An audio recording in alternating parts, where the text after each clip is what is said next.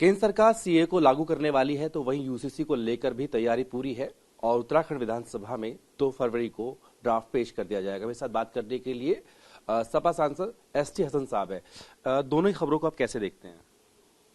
देखिए, ये सब वो कानून है जिससे हिंदुस्तान की दूसरी बड़ी आबादी मुसलमानों की दिल आजारी होती है।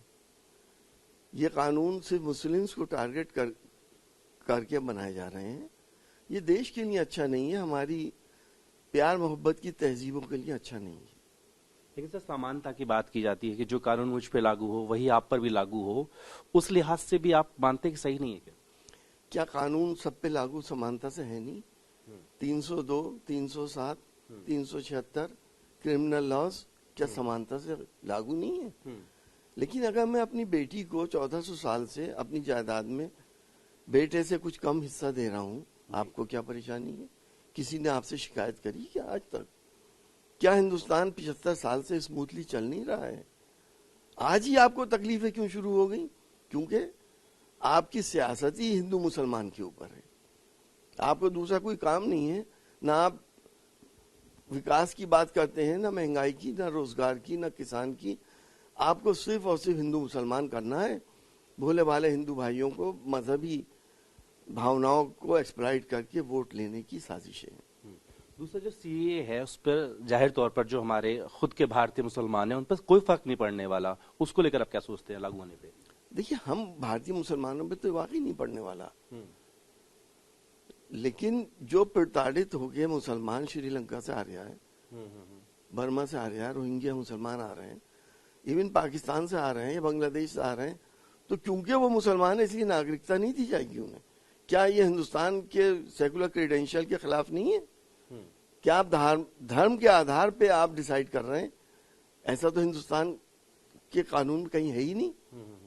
तो मेरा तो मानना यही है कि ये सिर्फ और सिर्फ मुसलमानों को टारगेट करके कानून बनाए जा रहे हैं और वोट हासिल करने की तरकीबें हैं। क्या लग रहा है आपको कि अब कुछ चंद महीने बचे हैं, लोकसभा चुनाव भी है, ऐसे में क्या ये दोनों कदम जो होंगे क्या गेम चेंजर होंगे? देखिए, हिंदू भाई भी तंग आ चुके हैं इनकी इस सियासत से। हम साथ रहते हैं, साथ जीते हैं, एक दूसरे की खुशियां बांटते हैं, एक दूसरे के गम में शरीक होते हैं। अब बहुत हो गया ये हिंदू मुसलमान। लोगों को चाहिए रोजगार, विकास, महंगाई कम होनी चाहिए, किसान खुशहाल होना चाहिए।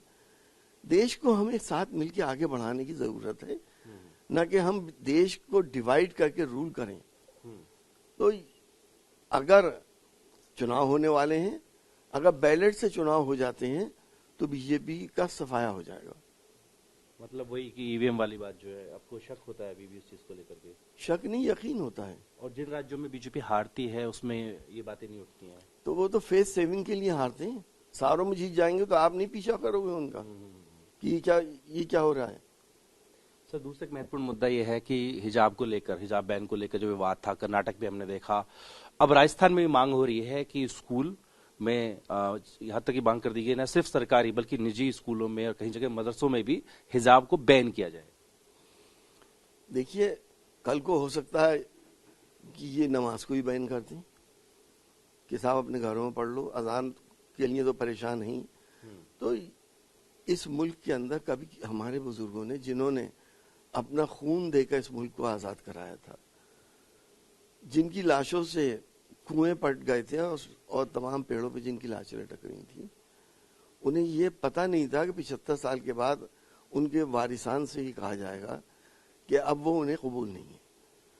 इन्हें नमाज कबूल नहीं है, इन्हें हिजाब कबूल नहीं है, इन्हें अजान कबूल नहीं है, मस्जिद कबूल नहीं है, मदरसे कबूल नहीं है। आखिर चाहते क्या हैं? क्या हिंदुस्तान को बर्बाद करना चाह रहे हैं? हिंदुस्तान का वो तहजीब, प्यार मोहब्बत की बर्बाद करना चाहते हैं? कोशिश ये मुसलसल कर रहे हैं पिछले 30-35 साल से, लेकिन ये कर नहीं पा रहे हैं। हिंदू मुस्लिम इत्तेहाद बना हुआ है और बना रहेगा, ये सब जानते हैं। सर, तर्क ये दे रहे हैं कि जो पढ़ने वाली जगह है वहाँ सब समान दिखे, एक जैसी यूनिफॉर्म में हो, अलग अलग दिखेंगे तो बच्चों में भेदभाव भी आता है, समानता दिखाने की बात की जा रही है। नहीं, अगर मैं दाढ़ी रख रहा हूँ या सिख लोग पगड़ी बांधते हैं और कृपान लेके आते हैं, तो एक समान तो नहीं दिख सकते। हिंदू भाई तिलक लगा के आते हैं, हिंदू बहनें सिंदूर लगा रही हैं, मुसलमान तो नहीं लगाते। क्या मिलिट्री स्कूल बनाना चाह रहे हैं इस हिंदुस्तान को? क्या चाहते हैं आखिर? जीने देंगे लोगों को आराम से या नहीं जीने देंगे? सर, मेरा आखिरी सवाल आपसे रहेगा इंडिया गठबंधन को लेकर के। ममता दीदी ने कहा कि सीट बंटवारे में बहुत देरी की जा रही है, उनका सब्र का बांध टूट गया। हमने बिहार में देखा, अब उत्तर प्रदेश की सियासत आप करते हैं। अखिलेश जी भी बोल चुके हैं कि सीट बंटवारा जल्द से जल्द हो। क्या लग रहा है, कांग्रेस बहुत ज्यादा देरी कर रही है? देखिए, लग तो ये रहा है कि थोड़ी देर हो रही है, लेकिन हो जाएगा, हमें पूरी उम्मीद है। मतलब गठबंधन अभी भी इंटैक्ट है? बिल्कुल है, गठबंधन से ही लड़ेंगे। जो लोग बीजेपी को हटाना चाहते हैं वो गठबंधन में बने रहेंगे, और जो लोग पीछे से बीजेपी को सपोर्ट करना चाहते हैं वो हट जाएंगे। बात करने शुक्रिया। वीडियो सहयोगी निरंजन के साथ जितेंद्र भाटी, टीवी।